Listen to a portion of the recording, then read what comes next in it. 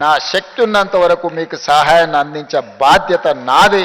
Doctor Babasaheb Ambedkar గారు సామాజిక న్యాయం, సమానమైన అవకాశాల గురించి ఏదైతే చెప్పిండో, తెలంగాణ రాష్ట్ర బిల్లు ఏర్పాటులో బాబు జగ్జీవన్ రామ్ గారి కూతురు మీరా కుమారి గారు ఎట్లయితే తెలంగాణ రాష్ట్రాన్ని ఏర్పాటు చేసిందో, ఆ స్ఫూర్తితో నేను పనిచేస్తాను. నేను ఎవరికి వ్యతిరేకం కాదు, అందరూ నా వాళ్ళే, నేను అందరు వాడిని.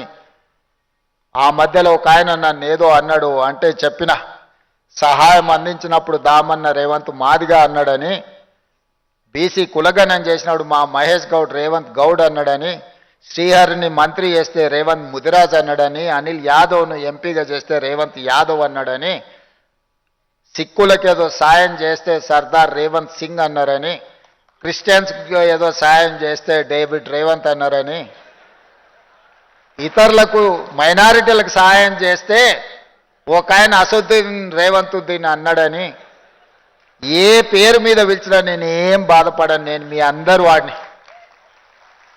ఇవాళ నేను ఇంత చిన్న వయసులో తక్కువ సమయంలో శ్రీహరణ నా మొదటి ప్రస్థానం నుంచి చూసుకుంటూనే వస్తున్నాడు. దామన్న అయితే నాకు మిత్రుడు, రాజకీయాలు లేనప్పుడు కూడా దామన్నతో నాకు పరిచయం ఉంది.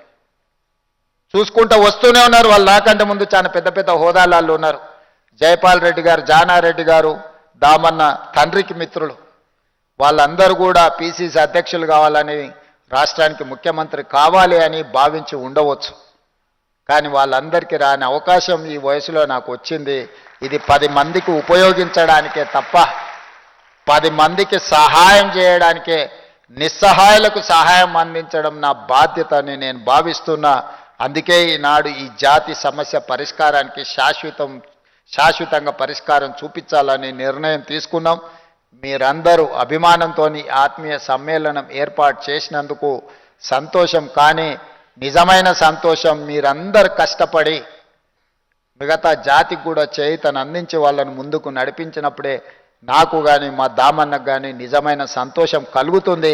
మీరందరూ చేస్తారనే విశ్వాసంతో మీ దగ్గర సెలవు తీసుకుంటూ మా లక్ష్మణ్ గారు అదేవిధంగా నింబోలి అడ్డ గురించి, హాస్టల్ గురించి, అదే విధంగా భవన్ గురించి, ఇతర సమస్యలు ఏదైతే చెప్పినరో మా దామన్నకు మా లక్ష్మణ్కు ముఖ్యమంత్రిగా ఆదేశాలు ఇస్తున్న చీఫ్ సెక్రటరీ గారిని పిలిచి సమీక్ష చేసి అంబేద్కర్ గారి జయంతి లోపల నిధులను మంజూరు చేద్దాం, నివేదికలను తయారు చేయండి.